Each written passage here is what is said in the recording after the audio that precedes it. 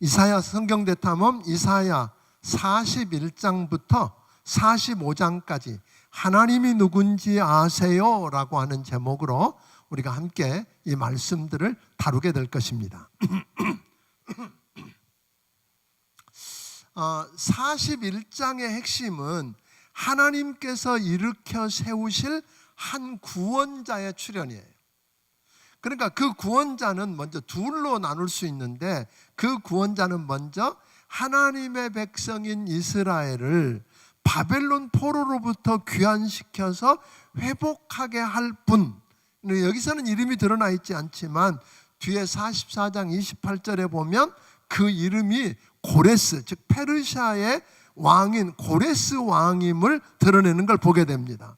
또 다른 구원자는 여호와의 종으로 메시아에 의한 영적 이스라엘 회복, 그러니까 꼭 그 안에 있는 사람만 아니라 전체에 대한 회복을 지금 이야기하고 있는 것을 보게 됩니다. 그러니까 하나님께서 법정에서 펼쳐지고 있는 논쟁 형식을 빌려서 오늘 자기 주장으로 시끄럽게 떠들고 있는 민족들, 이 민족들이 자기들도 품은 뜻이 있고 그것을 이룰 힘이 있다고, 세계사에서 그들의 역할이 있다고 큰 소리치는 민족들을 소환해 놓고 법정 대결을 벌이자고 지금 요청하고 있는 것으로 시작됩니다.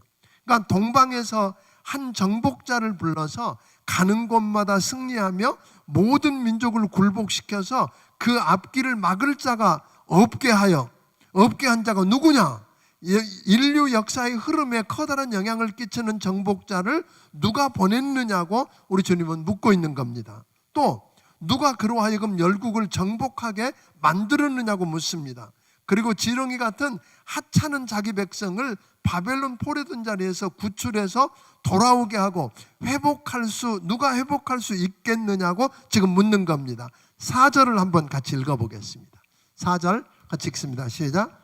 이 일을 누가 행하였느냐? 누가 이루었느냐? 누가 처음부터 만대를 불러내었느냐? 나 여호와라. 처음에도 나요, 나중 있을 자에게도 내가 곧 그니라. 그러니까 누가 그런 일을 했느냐 하고 묻고는 하나님 말로는요, 하나님이 내가 했고, 아멘, 내가 했다, 또 앞으로도 내가 할 것이다 라고 이야기합니다. 그러니까 하나님께서는 하나님의 의를 이룰 사람으로 고레스 왕을 불러 세웠고, 하나님이 먼저 가서 대적을 미리 쳐부수고 쇠빗장을 꺾어서 고레스가 가는 길을 평탄하고 오히려 평안을 누리게 해줬다고 이야기합니다. 그래서 고레스를 통해서 하나님의 백성인 이스라엘을 바벨론 포로에서 구원하고 돌아가 회복시킴으로 하나님의 의를 만천하에 드러나게 했다고 이야기합니다. 이런 일을 누가 할 수 있느냐? 하나님 외에는 다른 이가 없다. 하나님은 창조주시고 역사를 그 뜻대로 주관하시는 주인이시기 때문입니다. 한때 하나님께서는 그들의 불순종과 우상을 숭배하고 하나님을 의지하지 않는 죄로 말미암아서 그들을 버려서 열방 중에 흩으셨지만 이제 다시 찾아와 위로하고 힘주시며 그들을 택했다고 말씀하시면서 함께 하시겠다고, 또 나는 너의 하나님이 되고 너는 내 백성이 될 것이라고 이야기합니다. 그러니까 두려워하지 말아라, 놀라지 말아라 하고 이야기합니다. 또 하나님께서는 저들이 믿고 의지했던 우상들에 대해서 너희가 참 신이면 한번 소송해봐라, 그런 이야기. 그 우상들에게 지금 이야기합니다. 너희가 진짜 신이냐? 그렇게 이야기하거든요. 하나님께서 고레스를 통해서 세계 열국을 정복하고 하나님의 백성들을 자유케 하고 회복시킬 것을 미리 예언하고, 한 150년 전, 200년 전에 예언하고 예언한 그것을 말씀하신 대로 이루실 것처럼 하실 수 있는 그런 자가 있으면 한번 나와봐라 하고 이야기하는 거죠. 그러니까 오직 하나님만, 우상 누구도 아니라 다른 어떤 신도 없고 오직 하나님만 미래를 이야기하고 그 예언한 것을 그대로 이루실 수 있는 분이다. 누구만요? 하나님만. 그러니까 이것을 법정에서 증인으로 나와서 증언해 줄 수 있는 자는 누구다? 이스라엘이다 하고 이야기하는 거예요. 그러니까 여러분 보세요.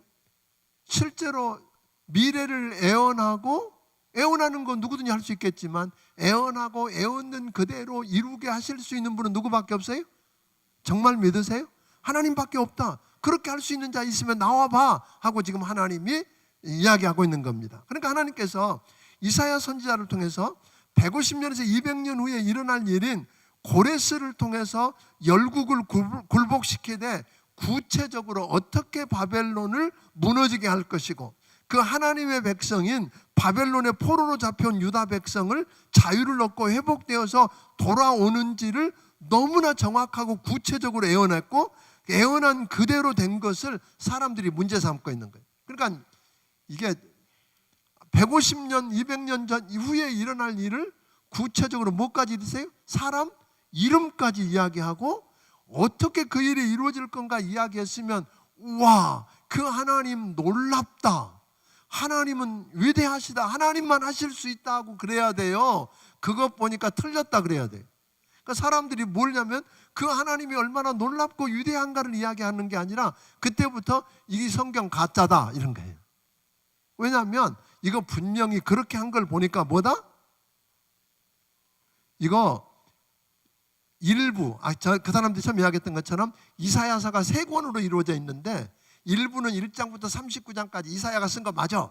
그리고 40장부터는 55장까지, 한 55장까지는 누군가가 쓴 제2이사야고 56장부터 나머지 66장까지는 제3이사야예요. 그러니까 8세기에 애언했던 이야기는 6세기에 이제 586년에 무너지고 실제로 539년에 이스라엘 백성이 바벨론에서 돌아오거든요. 이제 538년에 정복을 하고 이런 걸 보면서 이건 그 후에 고레스가 바벨론을 정복하고 세계를 정복하고 하나님의 백성인 이스라엘을 어디로? 예루살렘으로 돌아오게 한 다음에 그것을 보고 누군가가 기술해서 그냥 이사야에서 붙여놓은 거야 이렇게 말하는 사람들이 있었다고 하는 거예요. 어느 쪽이 낫겠어요? 이건 아니겠다고 연구하는 게 나아요. 근데 학자들이 옛날에 신학자들 가운데 얼마나 고약한 사람들이 많냐면 목사라고 그러고 신학자라고 그러면서 성경이 진짜 아니고 가짜일 수 있다고 연구하고 밥 먹고 산 사람들이 너무 많아. 진짜 너무 많아. 이게 그래가지고 실제로 그 둠이라고 하는 사람도 1800년대 학자인데 제3이사야서에서 정말로 사람들이 다 그 말을 믿고 따라갔어. 근데 최근에 이제 그 사회사본이 나오고 최근에 연구를 하다가 보니까 그 말 틀렸어. 성경이 하나야. 본래 이사야가 쓴 건 맞아. 이런 연구가 지금 나오고 있거든요. 그러니까 밥 먹고 이게 성경에 있는 이야기가 하나님 말씀, 나는 안 믿는 이방인들이 연구했다면 오케이, 이해를 하겠어. 근데 하나님을 믿는다고 하는 또 교회에서 주는 밥을 먹고 사는 신학자들, 목사들이, 학자들이 그런 연구를 해가지고 기독교를 혼란에 빠뜨린 사람들이 너무 많았다는 거예요. 그러니까 머리 좋아도 큰일 나. 하여튼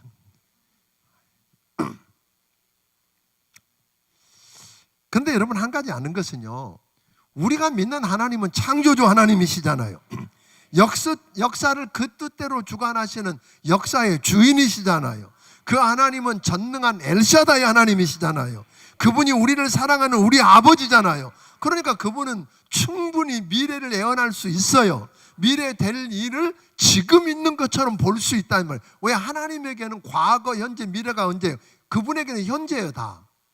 아멘? 그러니까 그분이 미래를 미리 보고 사람 이름까지 이야기할 수 있다는 게 얼마나 귀한 일이에요.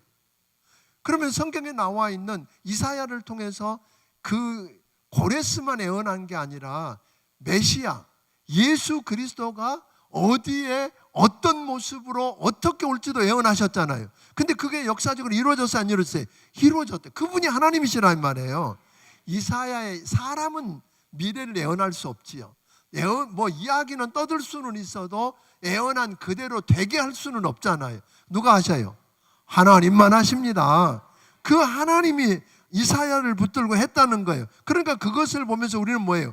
믿고 감사하면 되는 거지요. 그리고 그 하나님께 내 인생을 의탁할 수 있기를 바랍니다. 아멘. 그 하나님은 너무나 하찮고 연약하고 보잘것없어서 지렁이 같을지라도, 그래서 짓밟히고 아무것도 할 수 없을지라도 구속자이신 하나님 손에 붙들리면 날카로운 타작기계요 대단한 파괴력을 지닌 무기로 변할 수 있습니다. 누가 하셔요? 하나님이. 그러니까 문제는 그 하나님을 믿고 하나님 손에 붙들려서 쓰여짐 받는 하나님의 종이 될 수 있느냐 하는 거예요. 아멘. 그러니까 그 하나님은 메마른 광야가 못이 되게 하고, 연못이죠, 못이 되게 하고, 마른 땅의 샘의 근원으로 바꾸기도 하고, 광야가 꽃밭이 되고 마른 땅에 새로운 나무들이 자라는 풍요한 땅으로 바꿀 수 있는 분이십니다. 아멘. 그런데 감히 사람이 만들어 세우고 믿는 우상과 하나님을 비교할 수 있느냐 하고 이야기하는 거예요. 그게 41장입니다. 42장.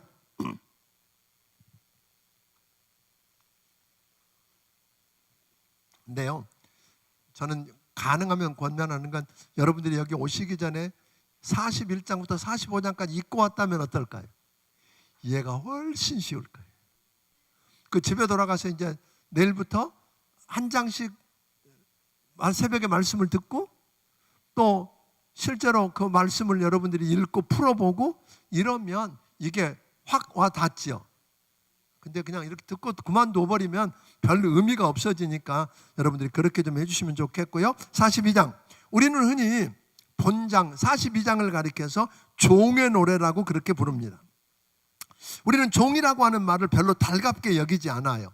그런데 구약 성경에 보니까 하나님의 종이 된다는 것은 커다란 영광이요 명예라고 여겼어요. 특권이라고 여겼어. 왜냐하면 하나님의 종이 된다는 말은 의지하고 신뢰할 주인이 있다, 보호해 줄 주인이 있다. 주인이 종에게 무슨 사역을 맡기기 전에 먼저 훈련하고 교육하고 할 수 있는 힘을 주기 때문에 주인이 하라는 대로서 빚어지는 결과에 대해서는 누가 책임진다? 주인이 책임진다. 그러니까 하나님의 종이 된다는 말은 뭐예요? 대단한 특권이다. 아멘. 하나 종. 1절 한번 읽어보겠습니다. 42장 1절 같이 읽습니다. 시작.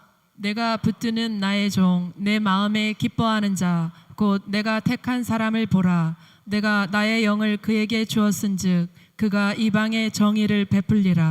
여기 나오는 종은 바벨론의 포로로 잡혔던 그 백성을 구원시키고 회복시킨 고레스가 아니라 모든 인류를 죄에서 구원해서 자유케 하고 하나님의 형상을 회복시켜줄 메시아 예수 그리스도를 이야기합니다. 우리가 처음에 그 구주로 구원시킬 분으로 두 분을 이야기했었는데 여기는 그리스도입니다. 그러니까 여호와의 종 메시아는 정의로운 분이고 이 땅의 공의와 정의를 뭐하는 분이다? 실현시키는 분이다. 또 하나님의 종 메시아는 온유한 분이라 그랬어요. 정의를 위해서 일한다는 명목으로 폭력을 행사해서 또 다른 불의를 낳는 분이 아니라는 거예요. 근데 요즘은 정의라는 이름으로, 정의를 실현한다는 이름으로 폭력을 행사하고 하는 일이 있어요, 없어요? 우리 주님은 그러지 않는다는 거예요. 온유한 자는 복이 나니 그들이 땅을 기업으로 받는다 그랬잖아요. 나는 마음이 온유하니 내게 와서 배우라고 하신 예수님에게서 우리는 온유를 배워야 하는데, 하나님의 종으로 오신 그 메시아는 온유할 뿐 아니라 긍휼이 풍성하신 분이다.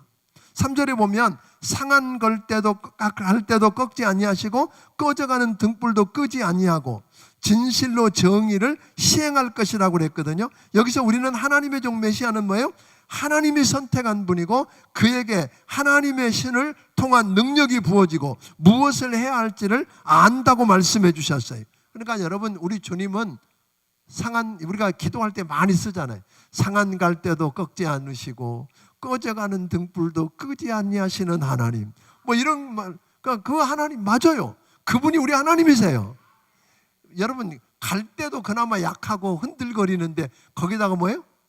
꺾여 있어, 상하 있어. 등불 그나마 꺼지기 쉬운데 꺼져가는 등불, 그게 누구 모습이에요? 우리 모습인데 우리를 전혀 도외치 않으십니다. 아멘.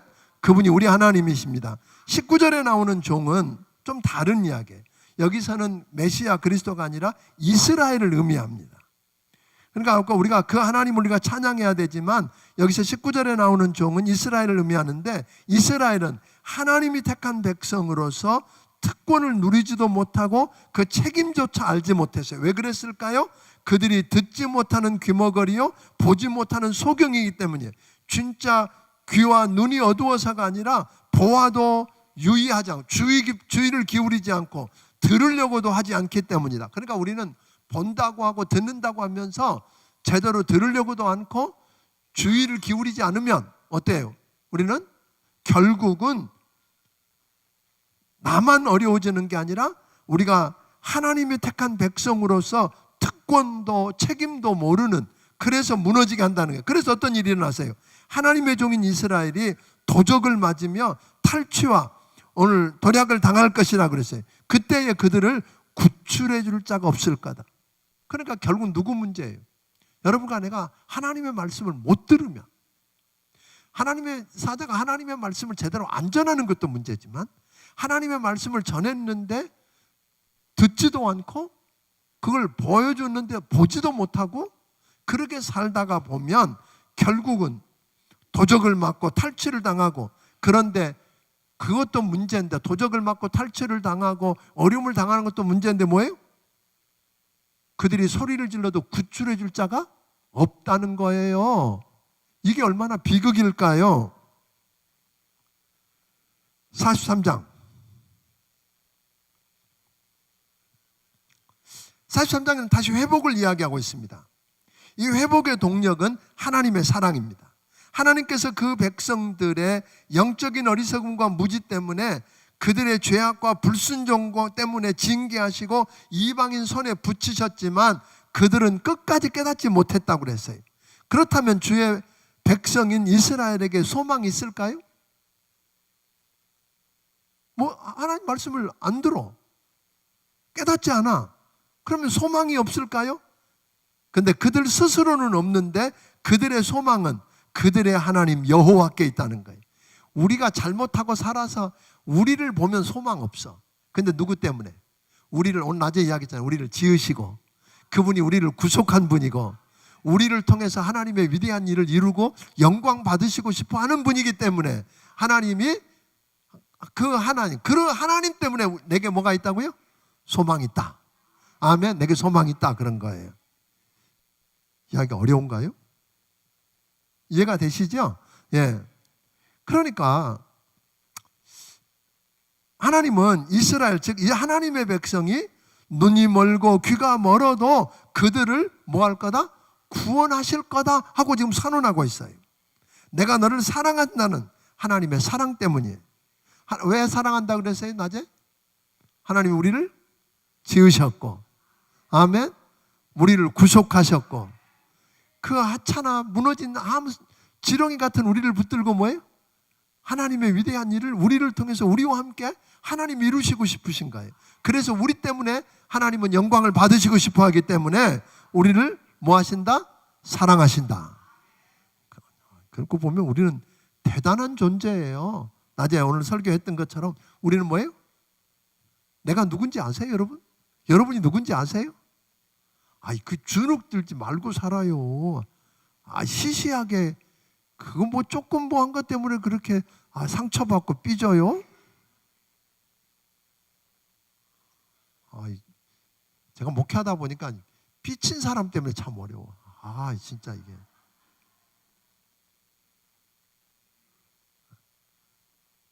그래서 이 다윗이요, 얼마나 배짱 있는가 보세요.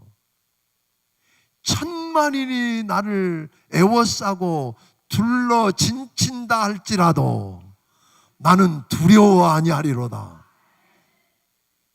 자기가 대단. 그 하나님이 내 하나님이라는 거예요. 그 하나님이 나를 위하는 분이라는 거예요. 그분이 내 목자라는 거예요. 그러니까 나는 그분께 피하면 안전하다는 거잖아요. 그러니까 그 골리앗이 그렇게 그 힘센 골리앗이 와도 하나도 주눅이 안 들잖아요. 막 얼마나 약을 올려요, 골리앗이. 야, 이놈아, 내가 강아지인 줄 아냐, 이놈아? 막대기 들고 나오게? 내가 오늘 너 죽여가지고 저 날아다니는 새들의 밥이 되게 하겠다 하고 막 협박하고 겁주는데 다윗이 하나도 주눅이 안 들잖아요. 다른 사람들은 지금 뭐예요? 장군부터 왕까지 그 골리앗 앞에 벌벌 떨고 있는데 그 어린 다윗이 주눅이 하나도 안 들어요. 왜 그러세요? 다윗이 대단해서 아니에요. 그가 믿는 하나님 때문에 그랬어요. 그가 믿는 하나님 때문에 뭐예요? 당당한 거잖아요. 그러니까 여러분이 백이 누구예요? 진짜요? 근데 뭐 이렇게 맨날 상처받아요? 뭐 그렇게 없다고 주눅 들어요? 그럴 거 없잖아요. 아프다고요? 아픈 거 다 끝난 거예요? 그런 거 아니잖아요. 비록 내가 이 땅에서 치료 못 받고 가도 내가 구원받았으니까 하나님 집에, 아멘? 아버지 집에 가서 아버지와 함께 영원히 산다고 하는데 누가 감당하겠어요? 이런 당당함이 여러분에게 있게 되기를 주의 이름으로 축원합니다. 왜 하나님께서 그럼에도 불구하고 저들을 여전히 사랑한다고 하셨어요? 그들은 누구 것이 아니고 누구라 해서 하나님이 너희는 누구 것도 아니고 내 것이다 그런데 하나님 것. 여기서요 너는 누구라 그러세요? 1절 우리 다시 한번 읽어보겠습니다. 1절 같이 한번 읽습니다. 시작. 야곱아 너를 창조하신 여호와께서 지금 말씀하시느니라. 이스라엘아 너를 지으신 이가 말씀하시느니라. 너는 두려워하지 말라. 내가 너를 구속하였고 내가 너를 지명하여 불렀나니 너는 내 것이라. 사실 이 본문이 오늘 낮에 했던 본문하고도 상당히 겹치는 부분이 있어요. 내용상. 근데 하나님이 끊임없이 지금 우리에게 주고 있는, 그러니까 말해도 못 알아듣으니까 또 여기서 말씀하시고 또 어디 가서 44장에 또 말씀하시는 거예요. 내가 너를 뭐 했다? 창조했다. 내가 너를 지었다. 내가 너를 지었고 내가 만들었다. 그런 거예요. 내가 너를 빚어서 내가 만들었어. 그렇게 이야기하거든요. 7절도 보니까 내가 내 영광을 위하여 창조한 자를 오게 하라. 그를 내가 지었고 그를 내가 만들었다. 어쩌다 우연히 이렇게 태어난 별 볼 일 없는 자가 아니라는 거예요. 여러분과 나를 창조한 분이 누구라고요? 하나님이세요. 그냥 어떻게 만들다 보니까 우연히 찍혀 나온 사람 아니에요. 여러분과 나 한 사람 한 사람에게 뜻을 두고 소원을 두고 목적을 갖고 여러분과 나를 빚어 만드셨습니다. 그러니까 우리는 뭐예요? 다 걸작품입니다. 그런데 더 놀라운 사실은 신약에 와서 이 똑같은 이야기를 에베소 2장 10절에 그렇게 해요. 사도 바울은 나는 만들어져 가고 있는 걸작품. 그러니까 아직 하나님이 만드셨는데 아직 손 안 떼셨어. 그러니까 아무도 비교하고 무시하면 안 돼. 하나님이 여러분 애들이 막 낙서 있는 것도 대가가 손을 좀 대면 어떻게 돼요? 내가 그림에다 손대면 문제가 생겨. 그건 뭐 반드시 문제가 생겨. 그런데 대가가 몇 번 붓칠 몇 번 하면 뭐가요? 작품이 되잖아요. 근데 하나님이 아직 작품 끝 안 내셨대. 만들어져 가고 있는 거예요. 아멘? 그러니까 우리는 다 비교하면 안 돼. 뭐 더 이쁜 것도 한 60대 넘어가니까 다 평준화 되잖아요. 그죠? 뭐 이뻐봤자 60대 넘어가니까 다 평준화 되지. 돈 있다고 큰 소리 쳐도요 70 넘어가 봐 다 평준화 돼. 소용없어. 다 많은 거 다 그거 뭐 힘 있다고요? 한 70 넘어가 봐요. 다 그거 다 똑같아져요. 그러니까 큰 소리 칠 것 없어. 하나님이 나를 어떻게 빚어 가실지 이거 그러니까 하나님이 나를 만드셨다는 게 이게 중요한 거예요. 근데 만들었는데 내가 잘못해서 다 망가뜨렸어. 엉망이 됐어. 더럽혀지고 엉망이 됐는데 하나님 이제 이거 못 쓰니까 쓰레기통에 버려. 그런 게 아니라 구속하셨다 그랬단 말이에요. 값을 주고 다시 지었다 이 말이에요. 그러니까 이게 놀라운 거죠. 여러분과 죄와 허물로 죽었고 마귀의 종노릇해서 이제 아무짝에도 쓸모없게 돼서 지옥 쓰레기통인 영적 지옥 쓰레기통인 지옥에 가야 할 우리를 예수 그리스도를 통해서 우리의 대속제물을 통해서 우리를 구속하셨단 말이에요. 그러니까 우리는 새로운 피조물이 되어서 하나님 앞에 선 거잖아요. 그러니까 그러니까 우리는 뭐예요? 하나님이 창조하셨고 구속하셨기 때문에 우리를 뭐 하신다고요? 사랑하신다. 아멘. 사랑하신다. 너는 내 것이다 라고 할 뿐만 아니라 소중하게 여길 뿐만 아니라 내가 너를 지명하여 불렀고 선택했다 그랬어요. 그러니까 참 기가 막힌 이야기잖아요. 그러니까 하나님께서 창세전부터 우리를 택하시고 지으시고 성자 예수 그리스도를 통해서 그의 피로 우리를 구속하시고 성령께서 우리를 내 것이라고 인쳐주셨기 때문에 우리는 뭐예요? 하나님이 우리를 사랑하신다. 우리와 함께 하신다. 하나님이 함께 하시면 문제 있어요 없어요? 진짜세요? 하나님만 함께 하시면 물속에 들어가도 불 속에 들어가도 문제 있어요 없어요? 정말로 믿으세요? 네. 그러니까 하나님이 함께 하시면 그러니까 하나님께서 고레스를 통해서 너희를 바벨론의 포로에서 구원해내고 회복시켜 줄 거니까 뭐하라? 두려워하지 말아라. 걱정하지 말아라. 그런 거예요. 그러니까 이제 우리가 그 하나님이 내가 누군지 알았다면, 하나님이 누구고 내가 누군지 알았다면 우리는 이제는 두려워해야 돼요 안 해야 돼요? 두려워하지 말라 그런 거예요. 걱정하지 말아라. 놀라지 말아라. 그런 이야기예요. 이 하나님께서 이 놀라운 사랑을 입고 기적 같은 구원을 입었으니까 온 세상을 향해서 여호와 하나님만이 참신이고 세상에 그와 같은 분이 없음을 드러내는 증인이 돼야 된다. 그래서 이스라엘 백성들에게 너희는 이제부터 증인되라. 그러니까 여러분과 내가 그런 은혜를 입고 하나님이 지었고 나를 구속하셨고 나를 특별하게 나를 통해 위대한 일을 이루기로 하신 분이 우리 하나님이라면 이제 우리는 뭐가 돼야 돼요? 세상을 향해서 증인이 돼야 된다 이 말이에요. 아멘. 그 하나님을 자랑하는 증인이. 우리가 VIP 축제를 안 하지만 이 가을은 복음을 전하기 가장 좋은 때입니다. 여러분이 가셔서 이 복음을 전하시든지 못 전하겠으면 뭐라도 해야 돼요. 와봐, 들어봐. 내가 들었는데 내가 놀라운 일이 일어났어. 나 설명은 못 하겠는데 내 안에 일어난 일을 좀 봐봐. 들어봐. 내게 이런 일이 일어났어. 그걸 이야기해서 여러분 때문에 그분이 죽게 나왔다가 그 놀라우신 주님을 만날 수 있게 되기를 주의 이름으로 축원합니다. 천하에 이런 일을 할 다른 신이 없음을 증거하는 증인이 돼야 돼요. 이런 일, 미래를 애원하고 애원한 그대로 되게 하시는 분이 하나님 말고 또 누가 있느냐 그런 거예요. 그러니까 그 하나님께 나와봐 이런 이야기를 할 수 있기를 바랍니다. 그러니까 하나님이 사랑하셔서 자격이 없음에도 그 백성을 구원해내신 하나님이 불가능한 일을, 즉 하나님의 백성을 바벨론에서 구원해내셨는지를 어떻게 했는지를 이야기했단 말이에요. 그러면서 바벨론은 유프라테스 강을 끼고 동서로 나누어 있는 도시가 바벨론인데 사람들이 평소에 그 유프라테스 강을 가운데 끼고 양쪽으로 나눠져 있으니까 거기가 유람선을 띄우고 늘 이렇게 재미있게 놀던 곳인데 고레스 군대가 온다는 말을 듣고는 뭐예요? 사람들이 배를 타고 도망가기 시작하고 성문을 열어놓고 환영하고 그래서 무혈입성해서 정복하는 일이 일어났다 이 말이에요. 하나님께서 필요하시면 그 백성을 구원해서 고국으로 돌아와서 회복하기 위해서 애굽 사건 때처럼 출애굽 때처럼 더 큰 일, 그보다 더 큰 일, 사막에 물을 내고 광야에 길을 내서라도 그 일을 하시겠다고 하는 거예요. 그러니까 여러분 이 유사만 그런 게 아니에요. 여러분과 나 한 영혼을 구원하기 위해서라면 주님은 뭐예요? 사막에 강을 내고 아멘? 광야에 길을 내서라도 하나님은 하신다는 거예요.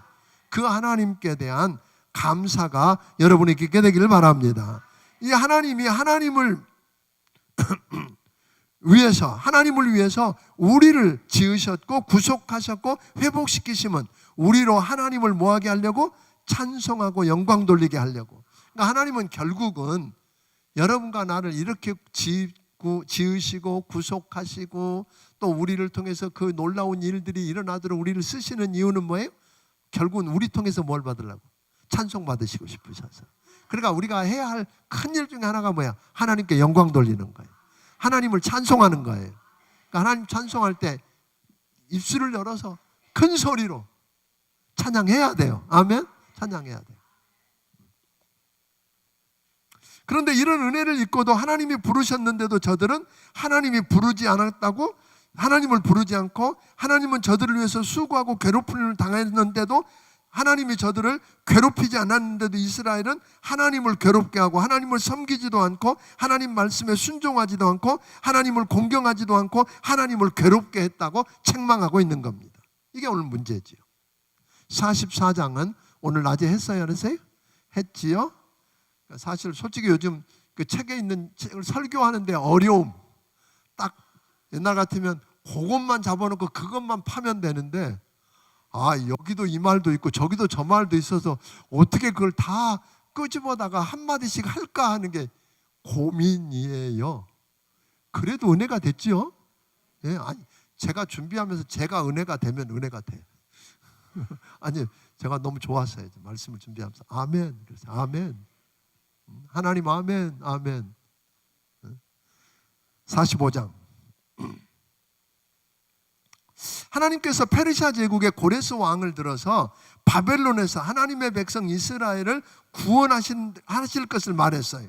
고레스가 강하고 특별해서가 아니라 하나님께서 고레스가 열방 세상 열국을 정복하는 길에 함께 하시고 앞서 행하시면서 열왕들의 무장을 해제시켜주고 열왕의 허리를 풀게 하고 때로는 성문을 열게 해서 아무 저항 없이 점령할 수 있도록 만들었기 때문에 누가 하셨다는 거예요? 고레스를 택한 분도 하나님이고 고레스로 하여금 세상을 정복하게 하는 분도 하나님이에요.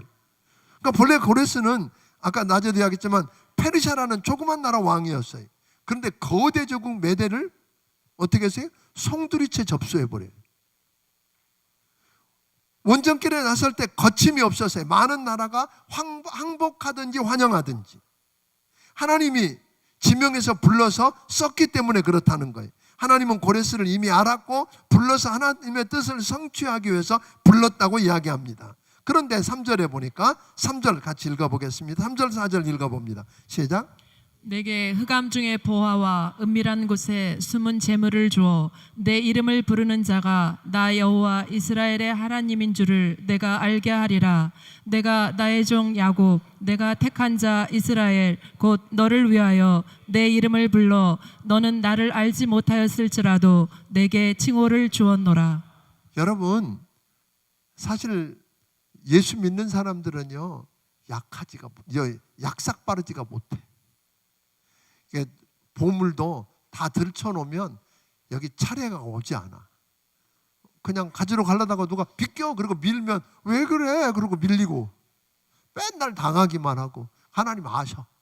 그래서 흑암 중에 보물을 뭐 해놓으셨다고요? 감추어 놓으셨대. 살짝 감추어 놓으셨어요. 왜? 그냥 드러내놓으면 우리 차례 안 오니까. 아멘도 안 해도 이게 얼마나 놀라운 진리인지 몰라. 살짝 감춰놨어요. 뭐로? 기도의 삽으로 파두면 되도록. 그러니까 세상 사람들 눈에 안 보이니까 못 찾아. 기도하는 사람만 찾을 수 있어요. 뭐 하려고? 그렇게 찾고 난 다음에 여호와 하나님이 여호와 이스라엘의 하나님인 줄, 그분이 누구다? 내가 믿는 하나님이 여호와 이스라엘의 하나님이다. 진짜 하나님이다. 진짜 신이다 하는 것을 우리를 통해서 드러내서 우리 때문에 영광 받으시고 싶으신 거예요. 그래서 우리를 통해서 찬송 받으시고 싶으신 거예요. 그러니까 4절에서도 말하기를 내 종 야곱 내가 택한 이스라엘을 위해서, 즉 이스라엘을 바벨론에서 구원해서 회복시켜서 예루살렘으로 돌아가게 해서 그 백성 선민 노릇하게 하려고.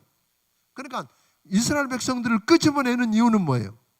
결국은 우리 하나님 이걸 통해서 뭐냐면 내가 하나님이다 그런 거예요. 다른 이 없다. 나와 같은 이가 없다. 지금 계속 이야기하는 우상도 그렇고 나처럼 할 수 있는 사람이 신이 있어? 나처럼 할 수 있는 왕이 있어? 지금 하나님이 계속 묻고 있는 거예요. 여러분 하나님처럼 할 수 있으세요? 없어요. 하나님처럼 할 수 있는 신도 없어요. 누구만 해요? 하나님만 하시는 거예요. 해 뜨는 곳에서부터 해 지는 곳까지 누구밖에 없다? 나밖에 없다. 하나님 이야기하는 거예요. 그러니까 하나님만이 진짜 하나님이시고 이것을 애원하시고 그대로 되게 하셔서 그 백성을 구원해서 회복시키실 수 있는 분은 누구밖에 없다? 하나님밖에 없다. 여러분, 이상한 데 가서요, 뭐 애원해 준다고 이상한 사람들한테 고개 숙이지 마요. 속지 마요.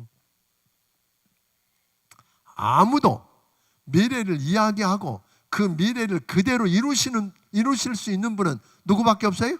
하나님밖에 없는 거예요. 하나님밖에. 그러니까 다른 데 가서 속지 마요. 내 말씀에 보면 미래 될 일들을 우리에게 예언해 놨어요. 그러니까 말씀을 보고 우리는 그대로 될 걸 믿고, 믿으면 그 일을 이루시고 그분이 하나님인 것을 우리에게 드러내 주실 거라는 거예요. 그 하나님은 빛도 지으시고 어둠도 창조하고 평안도 환란도 만들고 모든 일을 행하시는 분이라는 거예요. 그래서 하나님께 나를 온전히 뭐 하기만 하면, 맡기기만 하면 그 다음 일은 누구에게 넘어간다?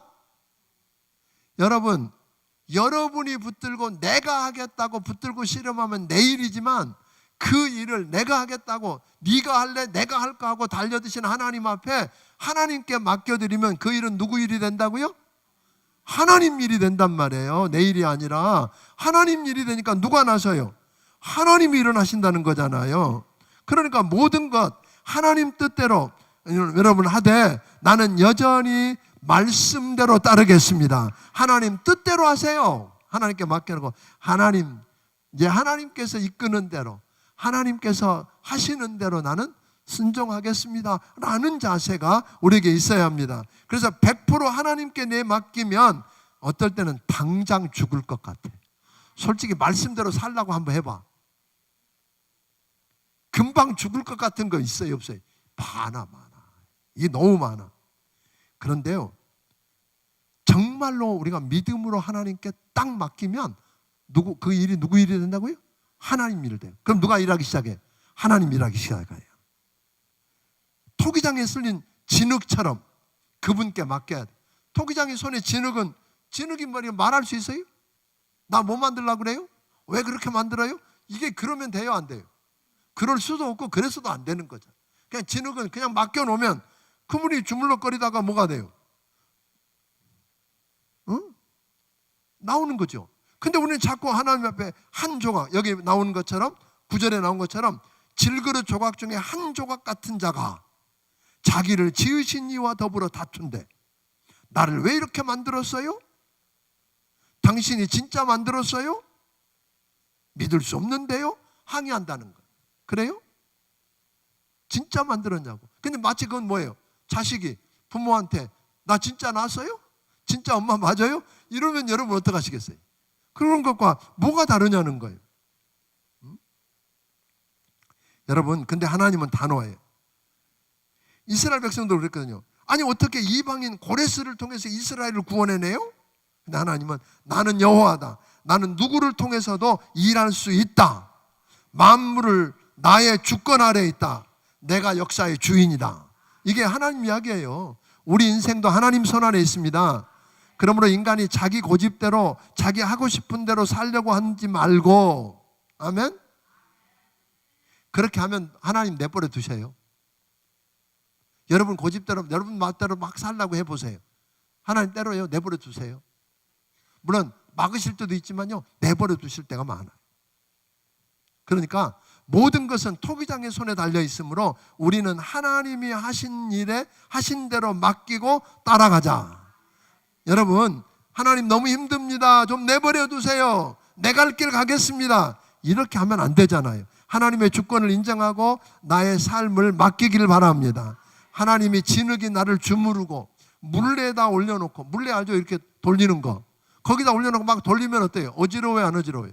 하나님 나 어지러워 죽겠어요. 나 좀 내려주세요. 그런 게 아니라 어지러워도 참아요. 그냥 맡겨봐요. 죽을 것 같아도 맡겨보면 돌아가던 물레가 멈추는 순간이 올까요, 안 올까요? 와요. 그러면 그때는 그게 명품이 되어 있는 거예요. 그런데 우리는 하나님이 주물르면 왜 이렇게 주물러요? 물레에다 놓고 돌리면 뭐예요? 어지러워 죽겠어요? 이러니까 이 작품이 될 수가 없잖아요. 그냥 주물르면 뭘 만드시나 보다. 하나님 힘들지만 하나님 저 기다릴게요. 물레다 돌리면 어지러워서 죽을 것 같은데 하나님, 나 죽을 것 같지만 하나님, 나 그냥 알았어요. 나 기다릴게요. 그리고 입 딱 다물고 참고 기다리면 물레가 멈추는 순간이 와요, 안 와요? 와지. 내가 물레를 멈추는 순간 작품은 안 되는 거예요. 아멘? 예, 아멘입니다. 정말. 요셉 보세요. 아버지 사랑만 있고 채색옷 입고 아버지 사랑받고 그 동네 그냥 살았으면 어떻게 됐을까요?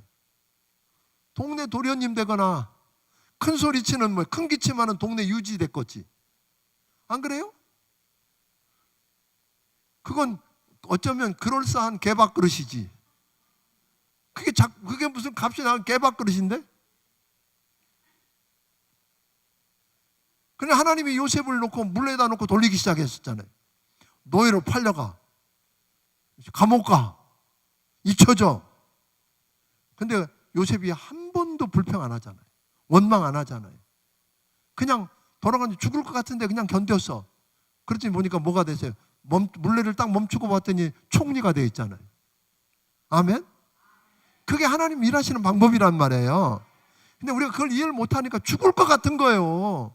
그래서 하나님 앞에 스톱! 하나님 안 멈추시면 나 뛰어내려요 뭐 이러고 그냥 뭐 나 죽든 살든 나 뛰어내릴 테니까 알아서 하세요고 이런 사람도 있어. 그래서 결국 멈추면 여러분 그 멈춘 게 무슨 명품이 되겠어요?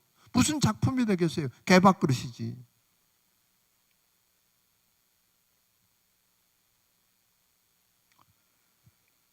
아이고, 이게 우리 이야기잖아요. 아멘? 우리 이야기예요. 물론 요셉한테 미리 이야기해 줬으면 좋겠지. 내가 이렇게 돌리고 나면 너 총리 된다 그랬으면 갈만했겠지. 그러니까 안 가르쳐 주셨잖아요. 우리에게도 똑같은 거예요. 너 이거 지나고 나면 너 뭐 총리 된다? 그럼 할렐루야. 내가 견디지. 그거 아이고 거꾸로 가도 뭐 군대 생활할 때 그러잖아요. 뭐 물구나무 서서 나를 간다 그러든가 하여튼 그러면서 군대 생활 버텼잖아요. 근데 그 정도가 아니잖아요. 우리 14절에 보면 바벨론의 포로로 잡혀가서 하나님 말씀에 붙들려서 씨름하고 하나님 손에 빚어졌더니 뭐가 일어났어요? 부흥이 일어났어요. 그랬더니 거대한 나라 애굽의 그 소득과 구스에 무역한 것이 다 내게 속하고 내게 돌아온대요. 그들이 굴복한대요. 저들이 스스로 찾아와서 우리에게 일어난 일을 보고 과연 하나님은 내게 계시고 그 외에는 다른 신이 없다 그러면서 하나님이 세상에 볼 때는 숨어 다니는 것 같지만 그분은 살아계십니다. 세상 사람들 볼 때는 하나님이 숨어 계시는 것 같고 안 보시는 것 같지만 하나님은 살아계십니다. 지금도 역사의 주인이 되셔서 그 뜻대로 역사를 주관하고 계시는 분이기 때문에 여러분 그분은 지금도 일하고 계십니다. 하나님은 그래서 구원받은 우리를 더 이상 부끄러움을 당하거나 욕을 당하지 않게 하십니다. 하나님께서는 이 사건을 통해서 단순히 이스라엘 백성을 바벨론 포로에서 돌아오게 하신 것으로 만족하지 않고 최종적으로 메시아를 통해서 온 세상을 회복하는 일을 내다보고 계십니다. 하나님은 자신의 명예를 걸고 자신의 입에서 나온 모든 말이 다시 돌아오지 않고 그 말씀이 반드시 이루어지게 한다고 선포하십니다. 그러니까 여러분 하나님 말씀을 믿읍시다. 하나님 말씀을 붙들고 그대로 씨름해 보십시다. 그러면 반드시 부흥은 일어납니다. 말씀대로 됩니다. 아멘. 그런 역사를 경험하고 살게 되기를 주의 이름으로 축원합니다. 기도하겠습니다. 하나님 앞에 10의 1조와 건축예물, 감사예물, 비전헌금을 드린 손길 있습니다.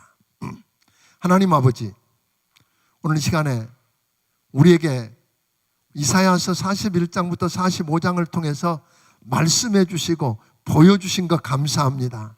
그 말씀이 우리의 삶에 아버지 하나님 못이 되게 하여 주시옵소서. 말씀대로 살아보고 말씀을 붙들고 씨름해서 하나님 우리 안에도 부흥이 일어나고 하나님이 벌떡 일어나시는 기적을 보게 해 주시옵소서.